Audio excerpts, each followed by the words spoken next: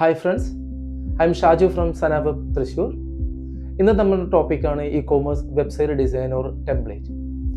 E commerce website design എന്ന് പറഞ്ഞു കഴിഞ്ഞാൽ അതൊരു ജസ്റ്റ് ഒരു ബ്യൂട്ടി മാത്രമല്ല. നമ്മൾ സാധാരണ ഇ കോമേഴ്സ് വെബ്സൈറ്റ് ഡിസൈനിലേക്ക് ചെല്ലുന്ന സമയത്ത് അതിന് ഭംഗിയിലേക്കായിരിക്കും നമ്മൾ കൂടുതൽ ഫോക്കസ് കൊടുക്കുക.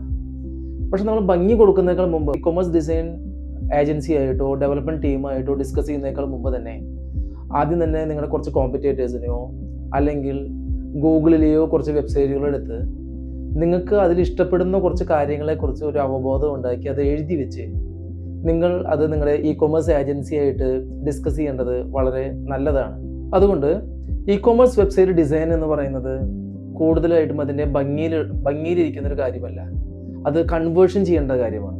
അതായത് കസ്റ്റമർ വന്നാൽ നമ്മുടെ വെബ്സൈറ്റിന് ട്രസ്റ്റ് തോന്നണം, പ്രോഡക്റ്റ് മനസ്സിലാക്കണം, പ്രോഡക്റ്റിൻ്റെ പ്രൈസ് വളരെ ക്ലിയർ ആയി മനസ്സിലാക്കണം, പ്രോഡക്റ്റ് ബൈ ചെയ്യാൻ പറ്റുന്ന രീതിയിലായിരിക്കണം.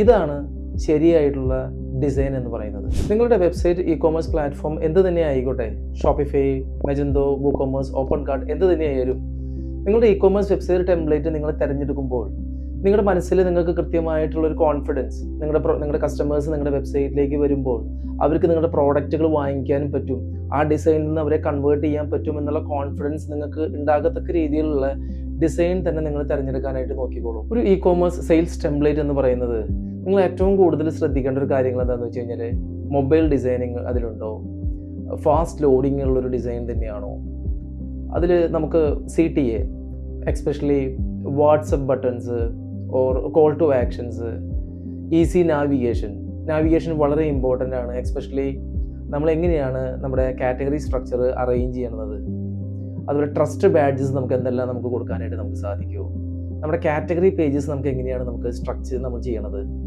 SEO ഫ്രണ്ട്ലി ആയിട്ടുള്ള URL സ്ട്രക്ചറൽസ് നമുക്ക് എങ്ങനെയൊക്കെയാണ് ആ ഡിസൈനിൽ ഉണ്ടാവുന്നത്.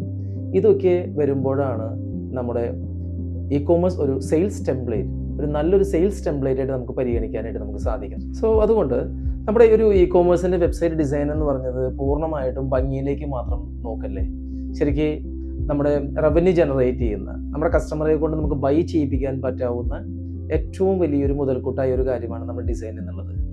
നമ്മുടെ കേരളത്തിലും ഇന്ത്യയിലും വർക്ക് ചെയ്യാൻ പറ്റാവുന്നില്ല, അവർക്ക് നമ്മുടെ കസ്റ്റമേഴ്സിൻ്റെ ഉള്ളിൽ ഇഷ്ടപ്പെടുന്ന രീതിയിൽ, അവർക്ക് കോൺഫിഡൻസ് കിട്ടുന്ന രീതിയിൽ വേണം നമുക്ക് ആ ഡിസൈൻ ഉണ്ടാക്കിയെടുക്കാനായിട്ട്. So good designs looks nice, smart design makes sales. ഇതിനെക്കുറിച്ച് നിങ്ങൾക്ക് എന്തെങ്കിലും സംശയം ഉണ്ടെങ്കിൽ ഇവിടെ കമൻറ്റ് ചെയ്യുക. അതുപോലെ ഇ കോമേഴ്സ് വെബ്സൈറ്റിനെ കുറിച്ച് കൂടുതലായിട്ട് വീഡിയോസുകൾ കാണാൻ ഈ പേജ് ഫോളോ ചെയ്യുക.